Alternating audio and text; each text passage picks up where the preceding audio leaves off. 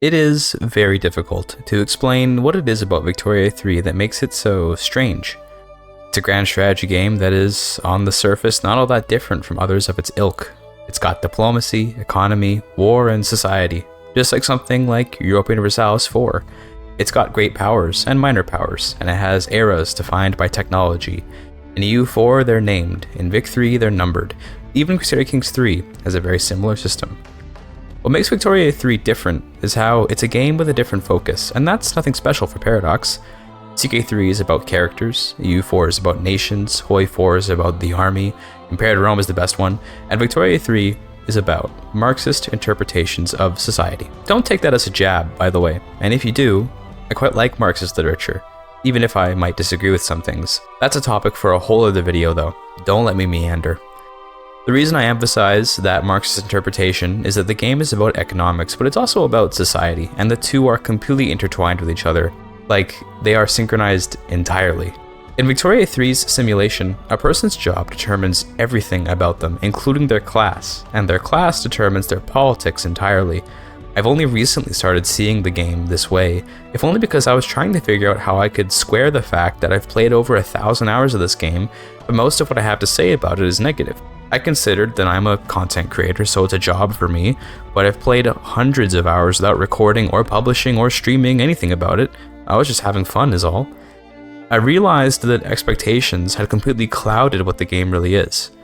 Victoria 3 is not an economic simulator, and it's not a society simulator. It's not a great power politics simulator, nor is it a capitalism simulator. The game is about the relationship between workers and their masters, and it's about the ripples of consequence that arise from the nature of that relationship. Now, to be really clear, this is a failing of the game, since it really didn't advertise this way at all, and it's taken me 1,000 hours to really understand that, but I want to try evaluating the game on its best footing. I think Victoria 3 is an okay game when held up to the standard of its own advertising, but it becomes a much better piece when it's interpreted in its native territory.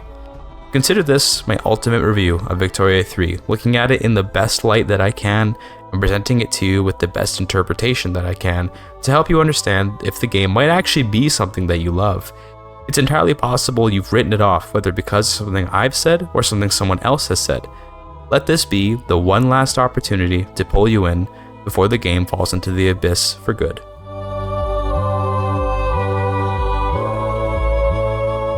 The first sort of supposition that Victoria 3 makes is with regards to time and progress. In Victoria 3, all nations exist somewhere on a line, and that line is the line of progress.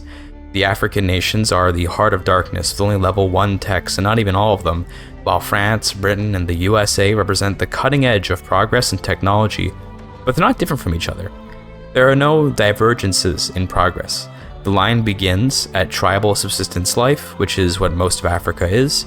After that are the absolute monarchies with a powerful aristocratic class representing the broader Eastern world, including Russia. After that, the rise of a small capitalistic class with some privatization comes about, which is representative of maybe something like Austria-Hungary or Prussia, these sort of middle powers that are beginning to reach a liberal society. After that are the constitutional monarchies with a voting class of capitalists, and we see the most variety here. The United States and Britain are more or less at the same point along the line, with just some mild differences in voting rights. Same goes for France. From there, the line continues in the period of the game.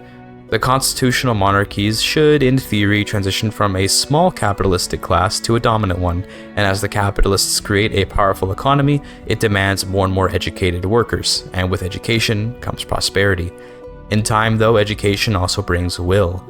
The will to influence the world and change society to better suit a person of an educated standing.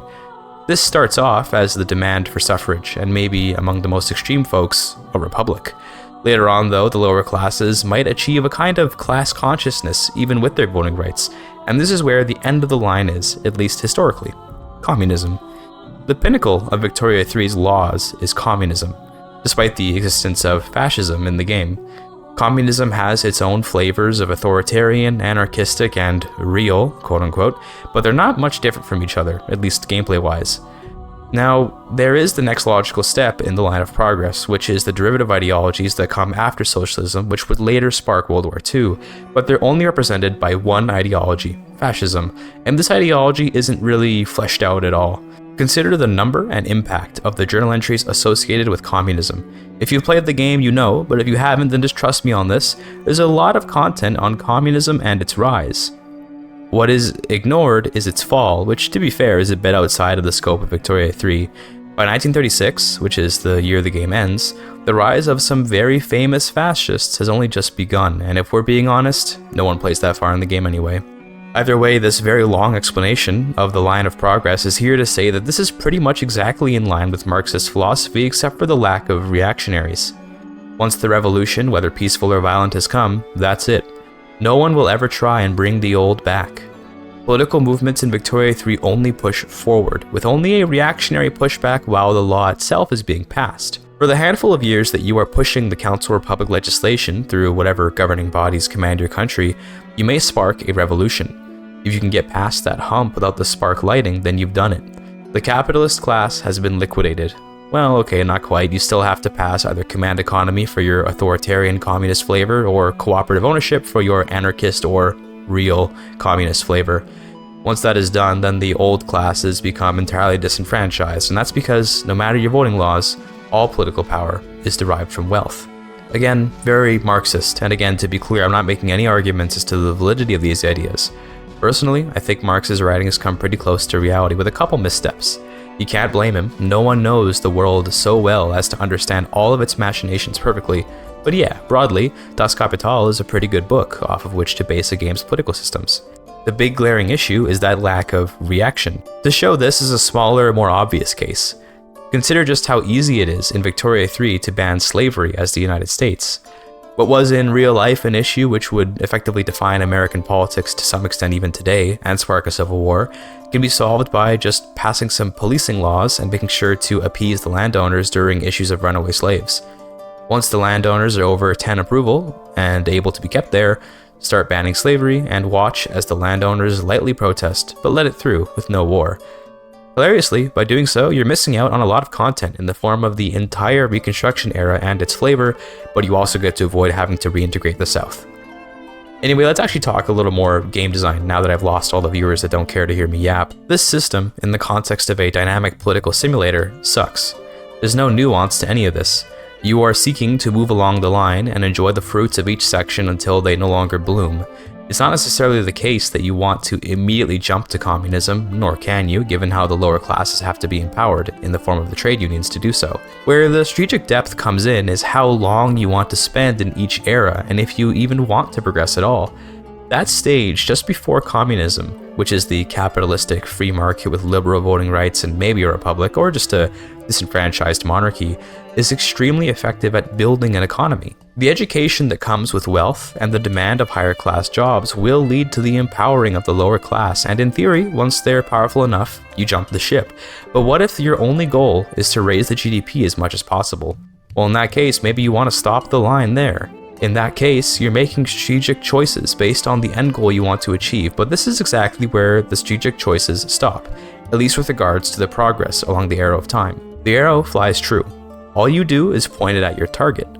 It is exceedingly difficult to ever go back to capitalism once you've gone communist, just as it is exceedingly difficult to do something like re-implement slavery or return to subsistence farming. In a lot of ways that makes sense, since progress is kind of permanent like that, but it does discount the power that reactionaries have, and it discounts the alternative paths that progress can go down. A microcosm of that diverging path is, in a way, the different kinds of communism, although the differences between each one are marginal. The funny thing is that it's kind of hard to critique the issue if only because the mechanisms of governance in this era don't have a whole ton of meaningful variety. It's not like something like Stellaris, where we can come up with all sorts of ideas about how a spacefaring civilization might run itself. The game almost makes you think societies aren't all that different from each other, and that the universality of material conditions apply across every society, almost as if the interests of the working class are one and the same no matter where they are. Yeah, that checks out. That's why the line of progress is, well, a line in Victoria 3. It's because the source material the game relies on sees progress as linear. Consider something like Europa Universalis 4, which, if you haven't played, has a significantly deeper idea of what progress is in society. Via the government reform and ideas system, the abstraction of the nature of your nation is significantly more nuanced. Does your monarchy have a parliament? How is the president of your republic elected? Does your nation make money on trade, production, taxation, looting perhaps even? Is it covered with tolerance or assimilation? Funnily enough, in Victoria 3 you can only rule with either tolerance and assimilation, or neither. I'll always whine about that. The truth is that this is possible because there wasn't as much of a hegemonic leash over the world. The idea of a loot-oriented economy more or less died out with Napoleon, who was the last plundering emperor, or at least the last famous one. Plunder will always exist, but it'll never be the driving force of a nation's economy how it was for something like the Mongols or the Crusaders. Centuries before, when standing armies weren't the standard, a soldier was paid by what he could take during the looting of whatever city he just occupied. I'm now entering territory that is beyond the scope of my knowledge, at least beyond a cursory understanding, so I won't expand more, but my point is that the world became a whole lot more standardized after the Napoleonic Wars, and even so, Victoria 3 simplifies that nuance into something even more narrow. The difference in colonization strategies between something like Belgium and Britain are represented by a simple law of either colonial exploitation or colonial resettlement, and yet the difference between the two historically is immense, not to mention the fact that colonial administration is different between different colonies. How the British ran Canada, Nigeria, and India as colonial subjects are entirely different, yet governed by the same system in-game. I think in this case it's more out of a reluctance to bloat the game, although the game could use some more meat on its bones in my opinion, but it might also be because colonization, no matter its form, is just exploitation in different forms, whether of the land, the people, or both. Does it really matter to represent the differences? Okay, let's take a step back now. I'm kind of diving into some weeds that I'm not sure I should be in. What is this video about again? Right, reinterpreting Victoria 3 through a more charitable lens. A common critique, and a very valid one for Victoria 3, is that it lacks variety. From the perspective of a strategy game, this is a deadly flaw, and I completely agree, as variety keeps strategy interesting. If we position Victoria 3 as a sort of Marxist arrow of time, then the strategic choices instead come from at where to stop on the line, and at what point to accelerate or decelerate the arrow. In that sense, the game does have variety, it just fails to be in a particularly entertaining way. It doesn't entirely fail, as it can be fun to speedrun for communism, and it can be fun to try and play the game at the earliest position on the line, or maybe even try and drag the world to your position through war and conquest. The power block system encourages that idea with the concept of spreading your particular position on the arrow to other nations, although that idea is only really true with regards to monarchism, republicanism, and voting rights. You can't force a country back to traditionalism unless they're your subject. And even then, if they've already liberalized, good luck actually making it happen without a whole lot of headache.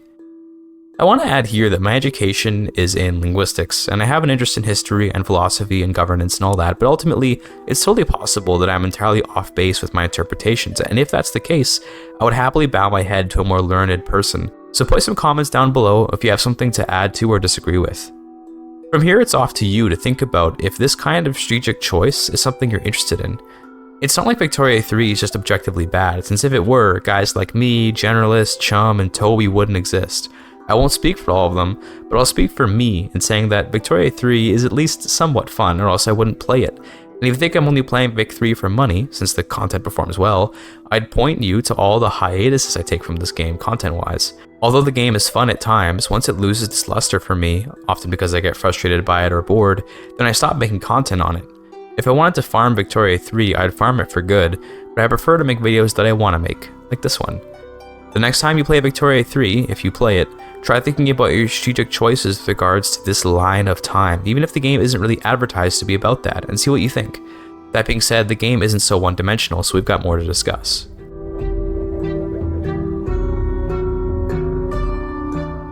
The mind of a politically active individual is, in theory, very simple, but in practice extremely complicated.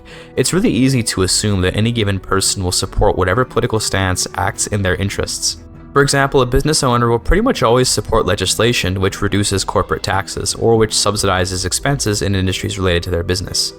Generally, a minimum wage worker would be pretty happy to see the minimum wage go up, unless of course it would get them fired, but I think we all know it's never quite so simple.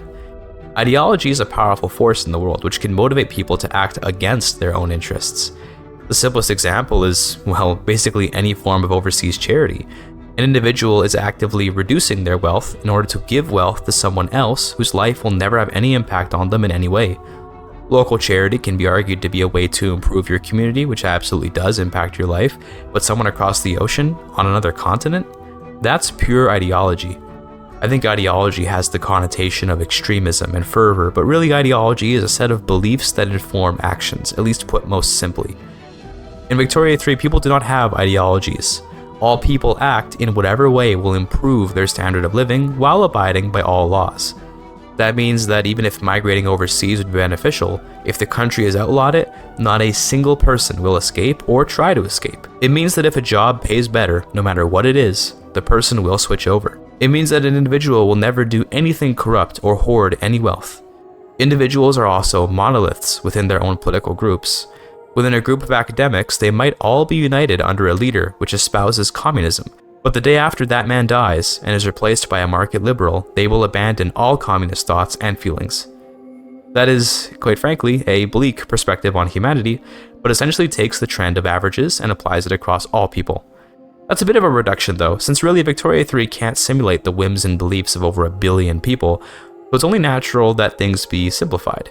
This is one of those sacrifices that is necessarily made for the purpose of gameplay, but the particularity of it is again reflected in materialism. I don't mean the desire to buy expensive things, but instead I'm referring to material conditions and historical materialism.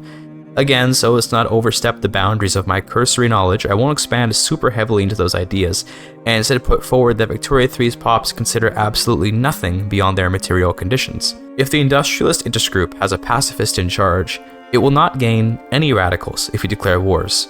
Instead, it will only gain radicals if the standard of living goes down. Likewise, a jingoistic intelligentsia will not gain any loyalists during the war. They will only care about their standard of living. Ideology is only concerned with the mode of government, not the actions of it. For example, in this jingoistic and pacifistic experiment, the pacifists will be pleased if the nation moves towards a national militia over a professional army, because militias generally are for less militarized countries. Yet for a country like the United States, its national militia enables it to wage war to a much greater extent than if it were to use a professional army. It's only because of the use of national militias that the United States can actually participate in the world as a great power and engage in war with Mexico. And yet, no matter the actions of the nation, the pacifists will approve it all, so long as the army is not a standing one. Likewise, the intelligentsia will approve the implementation of public schools over religious schools, even if I thereafter reduce my investment in schools as an institution, resulting in a lower literacy rate across the entire nation. In this case, it's less strong of an example because it is possible that the intelligentsia would prefer less education, but secular, to advanced education, but with religious control. A better example is if the industrialists gain a protectionist who successfully implements protectionist trade laws. Afterwards, I can still set all of my goods to export focus and remove all tariffs, making the law useless. I think you get my point here. I think people believed that Victoria 3 would be a much more responsive and robust system of interactions between members of particular ideologies. However, the game is instead a sort of scale system with political control weighed against material conditions. The better the material conditions of the people, the more you can get away with changing laws without any upset, since civil war will only happen when interest groups are radicalized enough to incite revolution. There's a balance in the game of how much you're willing to ignore the needs of your people to pursue other ends, compared to your desire to control the political trajectory of your nation. In theory, it's entirely valid to let the nation fall into total radicalism and then just give in to every political movement that spawns. The religious folk want state religion? Okay, passed. The industrialists want laissez-faire? Okay, passed. Each time you do this, you gain a new chunk of loyalists in exchange for a potentially unwilling change to your laws. Now, skilled players use this system to actually get the laws they want by intentionally stoking radicalism to spawn political movements that they actively want to give into. This is commonly done to become communist actually, as it's much easier to pass the Council or public law if there's a political movement for it, compared to just hoping for a communist leader for the intelligentsia or trying to empower the trade unions. This is an honestly pretty cool strategic choice you're making. How radical do I allow people to get, and am I okay with whatever law changes they may ask for? Radicals do have consequences outside of just political movements given their effects on states, while a total lack of radicals can mean you're not exploiting your people enough. That might sound strange, but assuming your goal is to build an economy, you need to tax people and in so doing make them a little radical. If everyone is happy, they're not doing enough to drive the country down the arrow of time. It's a bit philosophical, but progress is earned from the disappointment of the people that would prefer that things stay the same. This is a strategic system which is just not advertised at all, and this definitely strays from the whole Marxist interpretation stuff. but is instead more of a failure to advertise in general. Victoria 3 does not have, in their own Steam page's words, detailed population groups with their own economic needs and political desires. Hell no, man. Every pop consumes all the same goods as they go along the standard living scale, and population groups have political desires which are entirely determined by just two variables, their interest group and the interest group leader. If you're going into the game expecting something complex like German pops having different political interests than French pops in Napoleon III's France, then I'm sorry, my dude, because they both have the same job, neither are discriminated against, and they have the same standard of living. They will consume all the same goods and support the same interest groups. Okay, slight correction. The French pops have a wine obsession, so actually the French pops will consume different goods ever so slightly, but it's negligible. The better response to that is that it doesn't provide any strategic difference in what I'm doing. It's much more useful to think of this complex political desire nonsense as a balancing act between radicalism and political control. It can be very effective as Russia to intentionally oppress your people even more in the hopes that they will radicalize and demand voting rights to help erode the power of the aristocrats. It's also absolutely valid to play a Britain which actively keeps taxes low and builds consumer industries like clothes and groceries to try and prevent a communist revolution, but none of this has to do with the unique interests of the pops. It's all about that scale, and if you play the game with that in mind, you'll absolutely enjoy the game significantly more. Important note that this scale is significantly improved by having the Voice of the People DLC, since it allows you to peacefully abdicate or resign to political movements, which is a hugely valuable strategic mechanic. Anyway, the Marxist connection for this section is that absolute focus on materialism. In reality, I think political aspirations are, like everything in reality, a mixed bag of motivations and are absolutely heavily influenced by material conditions, but also influenced by morality. John Brown, for example, a famous abolitionist in the United States, absolutely harmed his own material conditions to fight for a moral belief. In fact, he lost his life during his crusade against slavery, which, if you ask me, is a pretty huge loss of standard of living. In the world of Victoria 3, all I'd have to do is lower taxes to assuage John Brown's abolitionism. I don't think a man like that, and indeed many other strict abolitionists, could see any kind of increase in quality of material conditions leading to them abandoning their beliefs. I'll once again slide the issue of judgment over to you. Does this sound interesting to you? Does balancing the need to accelerate your nation along the arrow of time against the material conditions of your people sound interesting? If it does, then keep in mind the next time that you play Victoria 3 that every tax you levy is pushing your nation towards a political change, but that every tax you don't levy is slowing your progress along the arrow of time. You know, it's funny. This video is a review, and yet I think it poses a lot more questions than it answers. I mean, that's only natural of any good piece of content, but this has got to be the hardest I've ever worked to try and understand a game. I can never understand why exactly Victoria 3 is disappointing, but it's a lot to do with expectations. I think this game was not what anyone was expecting, but once you free yourself of that shackle, you can really let the game fly. The bigger issue, though, is just a general lack of responsiveness. When I talk about the scales of radicalism and political control, or the arrow of time, these are metaphors to help express what ultimately are numbers in the game, which do not really communicate themselves to you. There's no bar in the game explaining how if you get another million radical pops to spawn a political movement. It's just something that happens dynamically and somewhat randomly. Same goes for the arrow of time. There's no actual game mechanic about how progressive your nation is. The game instead implies what progress is by its ordering of technologies. It's implicit that communism is a form of progression simply because it comes after capitalism, and the mechanics bear this out, since communism makes the most sense to enact once your capitalist nation has established enough industry to actually supply the needs of a communist economy. I could yap for a long time about Victoria 3, but I want to keep this video focused on the idea of a review, so how about we talk a little bit more about some of the charitable interpretations I've got for the game.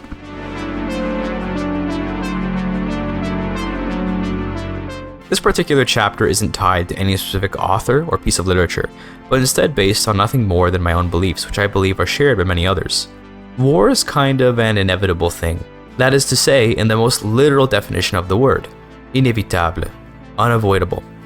War will always happen, and in Victoria 3, I think there's almost a veiled critique of the whole idea of great power politics. In the Steam page's own words, Victoria 3 lets you employ threats, military prowess, and bluffs to persuade enemies to back down in conflicts. This is broadly inaccurate, as diplomatic plays are nothing more than declarations of war with a 100-day timer on it. An opponent can back down, this is true, but not because you persuaded them. It's because they just kinda chose to back down. Now, why they choose to back down might be because you've added a ton of war goals that would have crippled their nation much more, which will not be enforced if they back down, But it's not like any particular war goal can ever be a bluff. In fact, war goals are so set in stone that once a war has been declared, a war goal can never be abandoned. Every threat of a war goal in this game is not just a threat but a guarantee. This is kind of hard to word, but essentially, war will always happen. It just might take a little longer, and that's because every threat made is an inherent act of war in this game. There are no economic sanctions, nor blockades. There is no escalation of war, nor hostile acts that aren't war. Just because an enemy backs down doesn't mean war didn't happen, it just means the opponent surrendered the war before it could formally begin. Based on the Steam page's wording, I'd have had the impression that Victoria 3 was a game where war was a whole lot more diplomatic than it is. Instead, you should think of diplomatic plays as just a period of time where the sides of a war are chosen and the stakes of the war are determined, at which point it is guaranteed that war will happen. Now, war itself in Victoria 3 suffers from some pretty frustratingly broken mechanics and a general lack of strategy overall. Fronts are a serviceable system that has its own frustrating incoherence, while armies themselves are composed of defensive infantry, fast cavalry, and offensive artillery.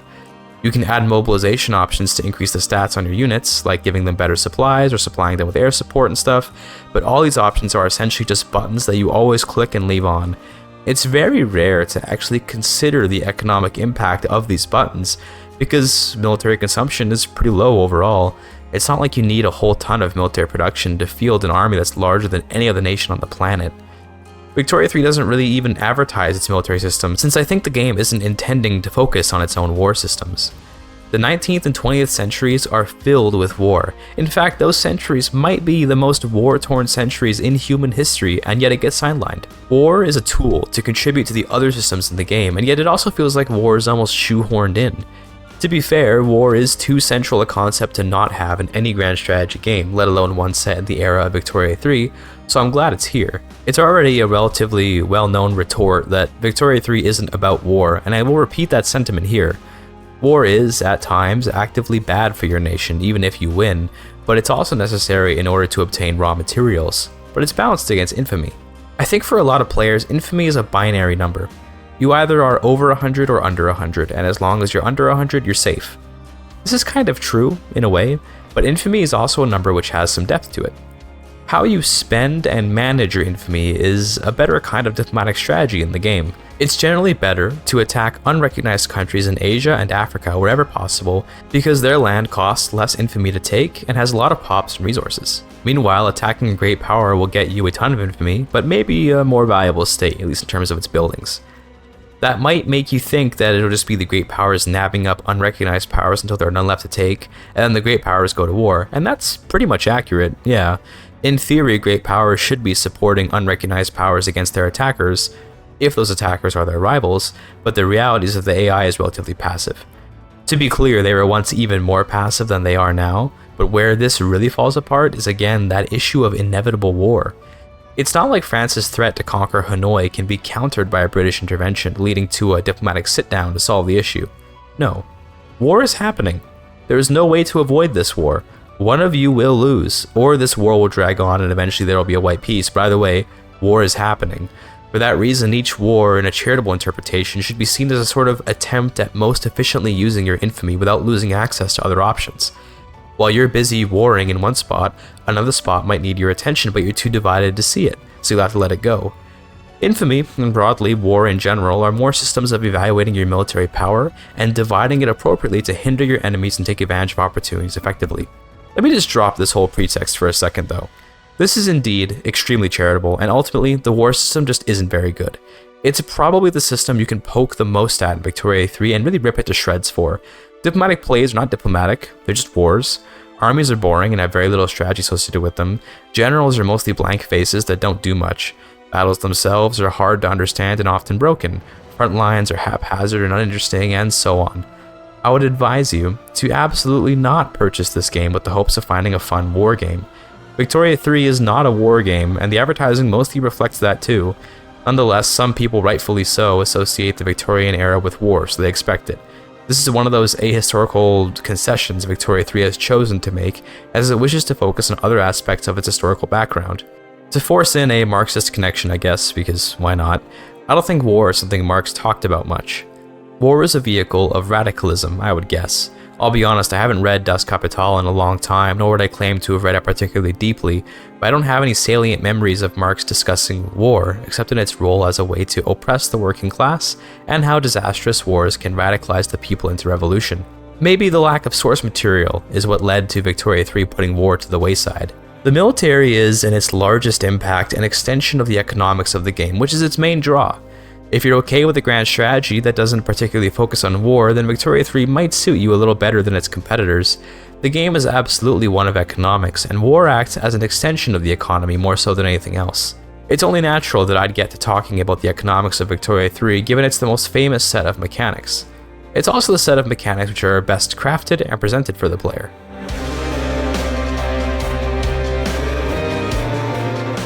Victoria 3 is an autarky simulator.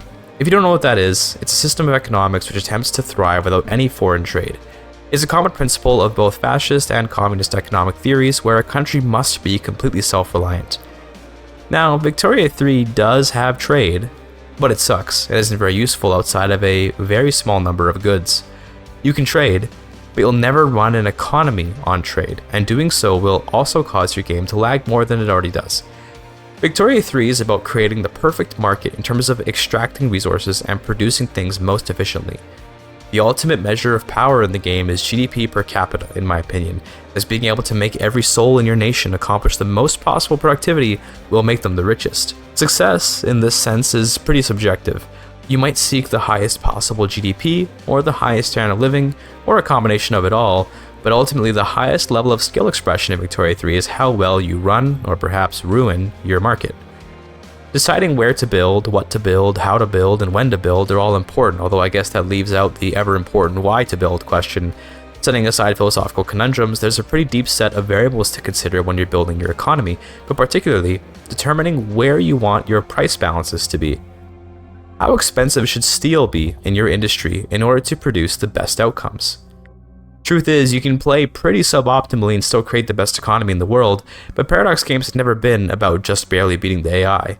It's always about styling on the AI, and that means creating an economy that soars above it all. That means defeating them absolutely and creating something the AI could never dream of. Generalist has done a lot of work to assemble a spreadsheet that more or less tells you what the best price balances are from an efficiency standpoint, and in a lot of ways, looking at that spreadsheet might just ruin your enjoyment of the game, if we're being honest. This all being said, not every single player wants to get 5 billion GDP or something crazy. Some players have trouble enough making smaller nations have reasonable economies at all, so it becomes a question of how to leverage your position to get the most out of every construction point you produce, and this is actually a very compelling question. Unfortunately, that wildly inaccurate advertising strikes again, with the Steam page talking about importing raw materials and balancing new labor with the needs of different workers. Again, all workers consume all the same goods at equal standards of living, and trading is so inefficient that it's not worthwhile. Instead, you should think about Victoria 3 as a game about creating the self-reliant communist state where every good is produced locally and sold locally, a self-sufficient society which buys from itself and sells to itself with perfect, streamlined efficiency. Victoria 3 is not a game based on the wealth of nations. It is based on Das Kapital. It is not a game about comparative advantage, nor is it a game about logistics and the incremental value of a good.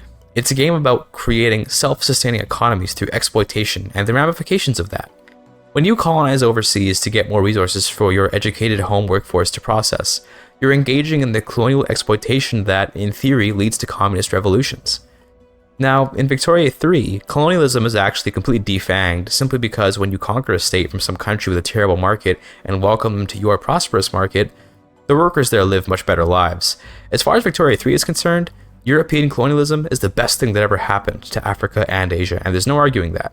After all, people in Victoria 3 are only concerned with their material condition, not with ideology, or better yet, sovereignty. The nations of Africa and Asia will lose their sovereignty, but gain prosperity for it, thanks to their new jobs working in the rubber plantations, and because of that, will become fiercely loyal to their colonial overlords. Honestly, I don't have a ton more to say about it.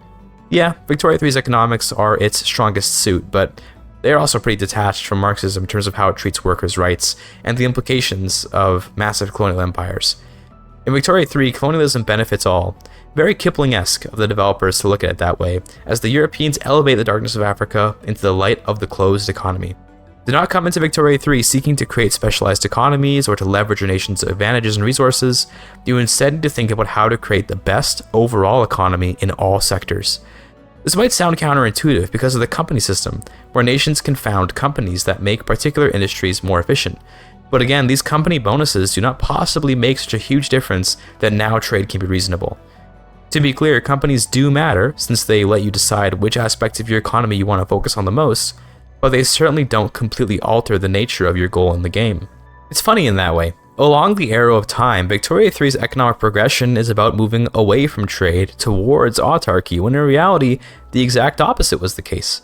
Over time, as you expand your empire and control more resources, the need for trade reduces more and more. Starting a game as Belgium, you're dependent on your trade with the Netherlands and Britain for dyes. But once you secure even just one dye-producing state, or discover how to make dyes artificially, you no longer need those trade routes, and in fact, those routes are only cutting into the profits that your local industries could be making.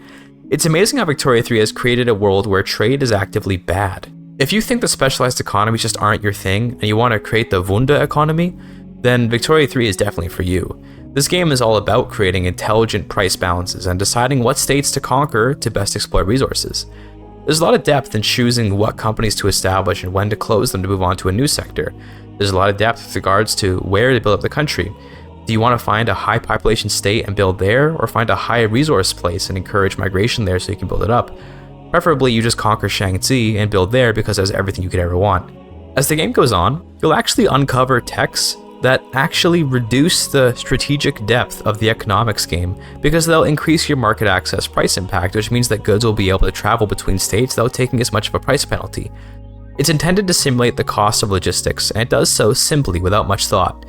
Moving goods from Connecticut to Rhode Island is equally as expensive as moving them to California in Victoria 3, and as the game goes on, those logistics costs are reduced more and more, leading to yet more efficient economies.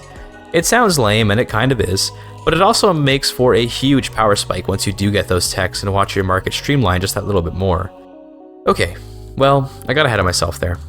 That's my section on Victoria 3's economics. It's kind of vague, it doesn't dive into the mechanics, but none of this review really does. This is a review that is more intended to give you the vibe of the game, really. There's a lot of high-minded concepts going on here, but you know, some people just want to know if they should buy the game, and that's a tough question. The game is not cheap, so it's not easy to just take the dive on it.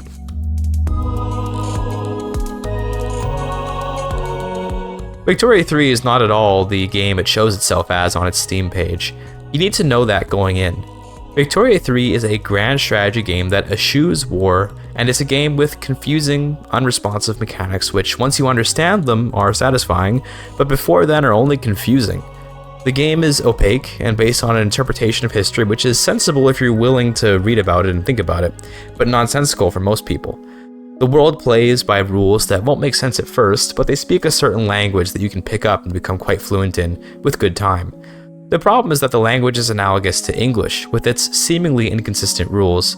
The truth is that when it comes to both English and Victoria 3, the rules are all defined, it's just not always easy to access them and memorize them.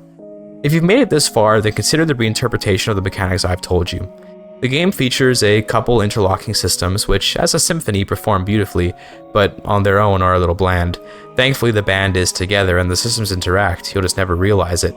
Victoria 3 is a game which will not tell you that you're winning. In fact, it might make you think that you're losing with its attempts at communication, all the while you're playing like an expert. The game is all about progressing through time towards an end goal. That sounds like a meaningless general statement, which it is, but it more refers to the idea that as time goes on, you are hoping to hit certain markers of success. That might be a certain GDP, a certain level of voting rights, or a new economic system. It might mean a certain level of standard of living, or some number of goods in the market, but it's all tied to time. The game is about setting your own goals, and if you play it on its terms, and with its intentions in mind, it's honestly a fabulous game. Victoria 3, when you give it a good faith interpretation and play it the way it's seemingly intended, is a solid 8 out of 10 in my opinion, which will probably shock many of you. It's even shocking me, to be honest. Victoria 3 is probably the most misunderstood game out there, and I solely put the blame for that on the advertising for it and its heritage as the heir to Victoria 2. I never played Victoria 2, so I can't comment on how good of an heir it is, but it's clearly not a good heir given the reception among the Victoria 2 community. If Victoria 3 was renamed to something like Bismarck 1 and advertised as a game about taking a nation through the throes of a world awash with communist class consciousness, maybe it'd have been better received. But we don't live in that world. We live in the world where Victoria 3 is bad because it doesn't have units you can control, and the global market is terrible. With a rating of 8 out of 10, I am now done evaluating Victoria 3, at least until the next DLC comes out.